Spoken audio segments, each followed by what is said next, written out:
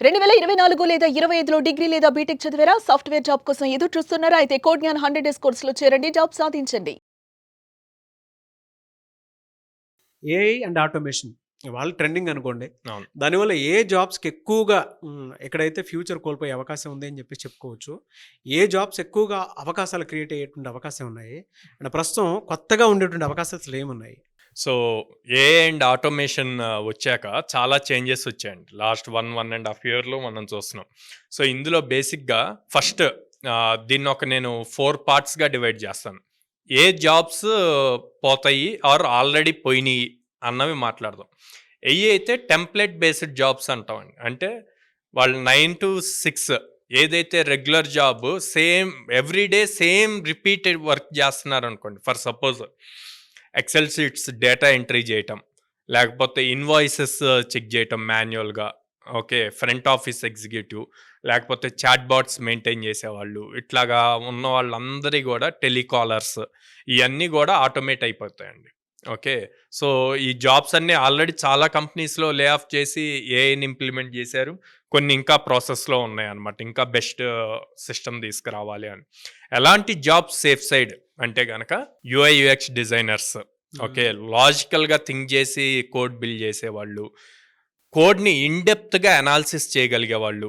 DSA data structures and algorithms స్ట్రాంగ్‌గా ఉన్నవాళ్ళు.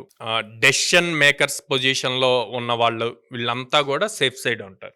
ఎందుకు అంటే హ్యూమన్ టచ్ ఉన్న జాబ్స్ ఎయ్యి కూడా ఏఐ రీప్లేస్ చేయలేదు. ఫర్ సపోజ్ ఇంకో ఎగ్జాంపుల్ తీసుకుంటే సైకాలజీ ఉందండి. ఓకే. కౌన్సిలింగ్ పార్ట్ తీసుకుంటే కౌన్సిలింగ్‌లో ఎదురు వాళ్ళు చెప్పే ఆన్సర్స్‌కి తగ్గట్టు మనం చేంజ్ చేసి వాళ్ళని కౌన్సిల్ చేస్తూ ఉండాలి. అది ఏఐ చేయలేదు. ఇంకా ఆ లెవెల్‌కి రాలేదు. సో, అక్కడ కంపల్సరీగా జాబ్ సేఫ్ అనమాట. ఓకే. అట్లాగే. ఎలాంటి జాబ్స్ క్రియేట్ అవుతాయి? ఎలాంటి జాబ్స్ క్రియేట్ అవుతాయి అంటే ఆటోమేషన్ ప్రతిదీ ఇప్పుడు మనకి చాలా టూల్స్ వచ్చాయండి. AI tools. చాట్‌జీపీటీ యూజ్ చేస్తున్నాం. జెమినీ ఏఐ చూస్తున్నాం. వీడియోస్ క్రియేట్ చేస్తున్నాము. లేకపోతే ఇన్‌స్టాగ్రామ్ ఇమేజెస్ క్రియేట్ చేస్తున్నాము. దీనికి మనం ఏం చేస్తున్నాం? మళ్ళీ కూర్చొని మళ్ళీ ఆ టూల్ యూజ్ చేసుకుంటూ మళ్ళీ వర్క్ చేస్తున్నాం గదా! అట్లా గాకుండా సింగిల్ టైమ్ ఒక్కసారే వర్క్ చేస్తాము. దాన్ని మొత్తం అన్ని టూల్స్‌ని కనెక్ట్ చేస్తాం. దీన్ని ఏఐ ఏజెంట్స్ అంటాం. సో, ఈ ఏఐ ఏజెంట్స్ రిలేటెడ్ జాబ్స్ బాగా పెరుగుతాయి.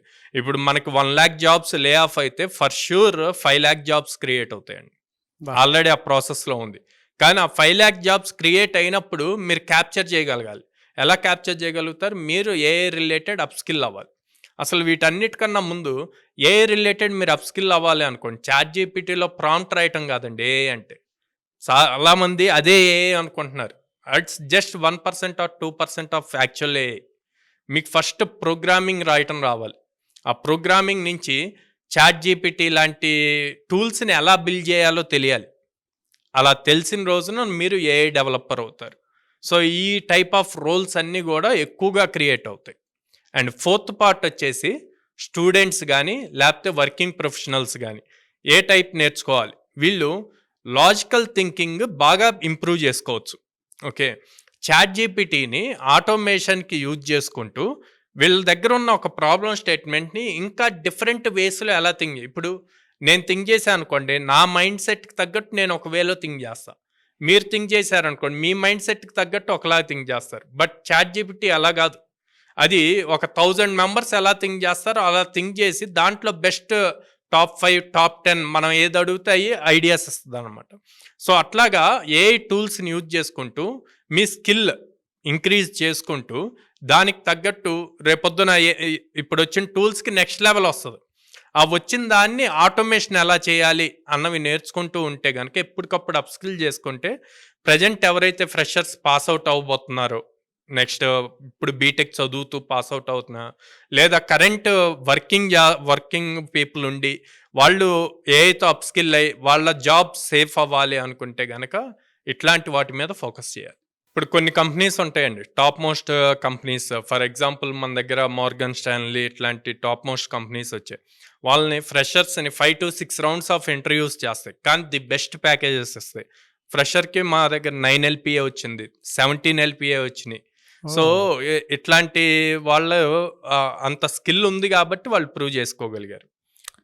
నేను మీకు ఆ వీడియోస్ ఇస్తాను, మీరు వాటిని ప్లే చేయొచ్చు. అంటే మీ దగ్గర జాబ్ క్రాక్ చేసిన యా స్టూడెంట్స్ యా చూద్దాం. అందరికీ హాయ్, నా పేరు రేష్మ. నేను రీసెంట్గా మార్గన్ స్టాన్లే టాప్ మోస్ట్ ఎంఎన్సీలో ప్లేస్ అయ్యా, మార్గన్ స్టాన్లే. అండ్ నాకు కోడిజ్ఞాన్ ఎట్లా సపోర్ట్ చేసింది అంటే, లైక్ నాకు కాలేజ్లో M3 అనే కంపెనీ వచ్చింది. సో ప్రాసెస్ అనేది డిలే అయ్యింది. సో నేను నా ఫ్రెండ్ని అడిగా, లైక్ ఏవైనా కోచింగ్ ఇన్స్టిట్యూట్స్ ఉన్నాయా అంటే, నాకు నా ఫ్రెండ్ కోడిజ్ఞాన్ అనేది సజెస్ట్ చేసింది.